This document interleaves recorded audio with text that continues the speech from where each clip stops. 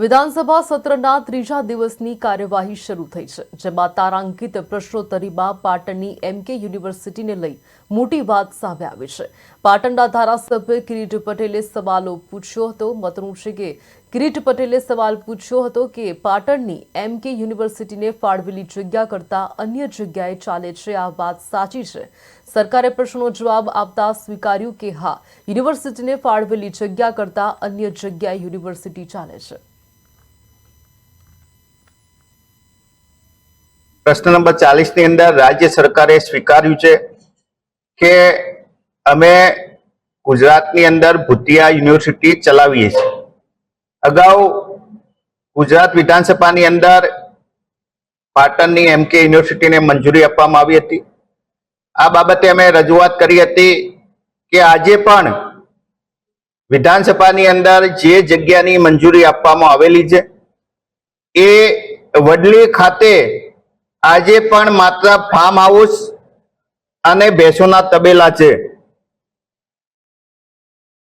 જે જગ્યાએ મંજૂરી આપેલી નથી એ જગ્યાએ આજે યુનિવર્સિટી ચાલી રહી છે। યુનિવર્સિટીની અંદર કોઈ સુવિધા નથી અને યુનિવર્સિટી એ કોઈ યાદવ નામના વ્યક્તિ જે રાજસ્થાનની અંદર બોગસ ડિગ્રીઓ આપવાની બાબતમાં છેલ્લા 6 મહિનાથી ભારતીય જનતા પાર્ટીના શાસનવાળા રાજ્યની અંદર જેલમાં છે, એને તબદીલ કરી દેવામાં આવી છે। એની મંજૂરી પણ રાજ્ય સરકાર દ્વારા લેવામાં આવી નથી।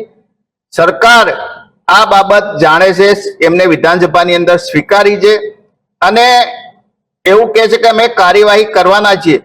તો 3 વર્ષથી આ કાર્યવાહી કેમ થતી નથી? તબેલાની અંદર યુનિવર્સિટીને મંજૂરી આપવામાં આવે, જ્યારે મંજૂરી આપવામાં આવી ત્યારે પણ કોઈ ચકાસણી કરવામાં આવી નથી। એટલે રાજ્ય સરકાર જે રીતે ઉચ્ચ શિક્ષણ આપતી સંસ્થાઓને ખોટી રીતે ગુણવત્તા સિવાયની યુનિવર્સિટીને મંજૂરી આપી દે છે, એના લીધે વિદ્યાર્થીઓને નુકસાન થાય છે। બીજી બાબત કે 144નો જે પ્રશ્ન હતો એની અંદર રાજ્ય સરકારે સ્વીકાર્યું છે કે જે વ્યક્તિના 62 વર્ષ પૂરા થઈ જાય એને હોદ્દા ઉપર રાખી શકાય નહીં। આજ ગુજરાત વિધાનસભાના એક સભ્ય કૌશિકભાઈ જૈનને ગુજરાત યુનિવર્સિટીમાંથી 62 વર્ષના એમના પૂર્ણ થયા તો એમને હોદ્દા પરથી દૂર કરવામાં આવ્યા। રાજ્ય સરકારે અમને સ્વીકાર્યું છે કે રાખી ના શકાય અને યુનિવર્સિટીએ અમારી HNGUએ અમને લેખિતમાં જવાબ આપ્યો છે કે આ કાયદો અમને લાગુ પડતો નથી।